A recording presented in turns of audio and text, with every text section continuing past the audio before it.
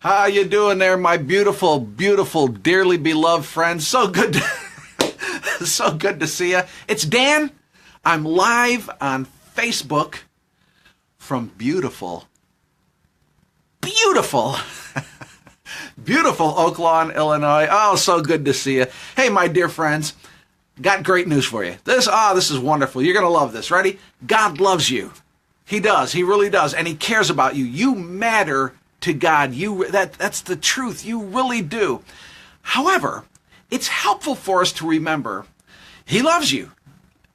It's helpful to remember, though, that God has never promised that just because he loves you, you're going to be spared from all the troubles or problems or upsets or sorrows or all the challenges or heartaches of life. That's not true. He's never promised that. That's not how life works.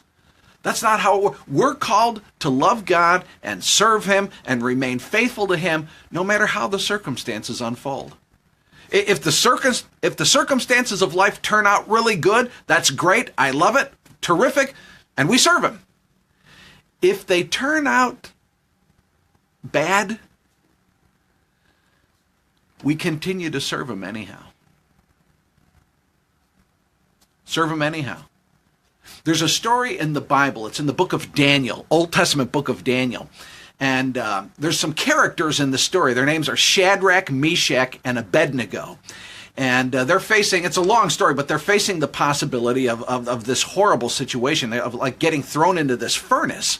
They're being horribly threatened. And they say to this king, again, there's more to the story, but they say to this king, Nebuchadnezzar is his name. He's the guy that's threatening them. They say to Nebuchadnezzar, hey, you know what?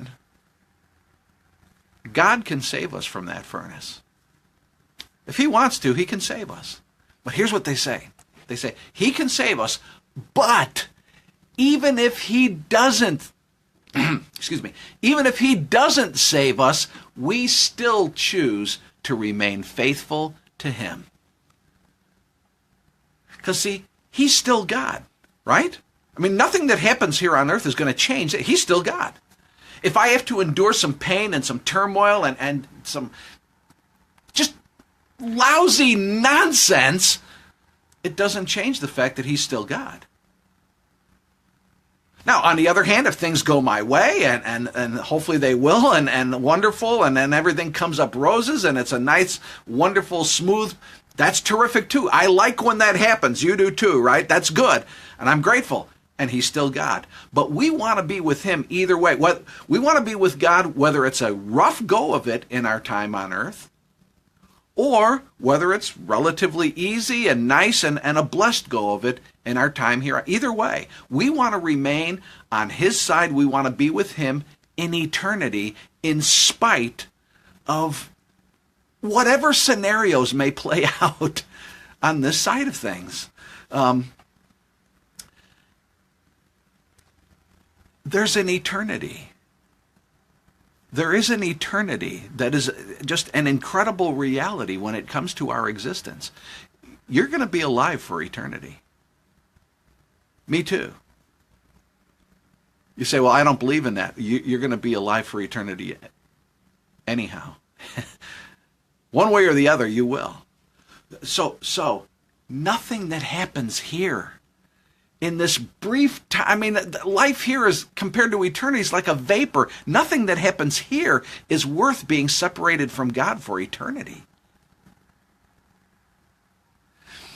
So, let's continue to love him and serve him and honor him and keep walking with him and remain faithful to him no matter what happens on this side of eternity, because it will all be worth it. Whatever happens will be worth it to be with him on that side of eternity. This is part of what we're going to be talking about on Sunday, May 7th. First Church of God. You're welcome to join us. If you're in the Chicago area, I know some of you don't live anywhere near Chicago, but if you're in the area, come out and join us. First Church of God, 4600 West 111th Street. Oak Lawn, beautiful Oak Lawn, Illinois. We're just a couple blocks east of Cicero in Oak Lawn. Service times? Oh, I can give you service times. You better believe I can. 9 a.m. or 11 a.m. Again, first church. Come on out. Seriously. Oh, man, the blessing you'll receive. Hope you can make it. Come and join us.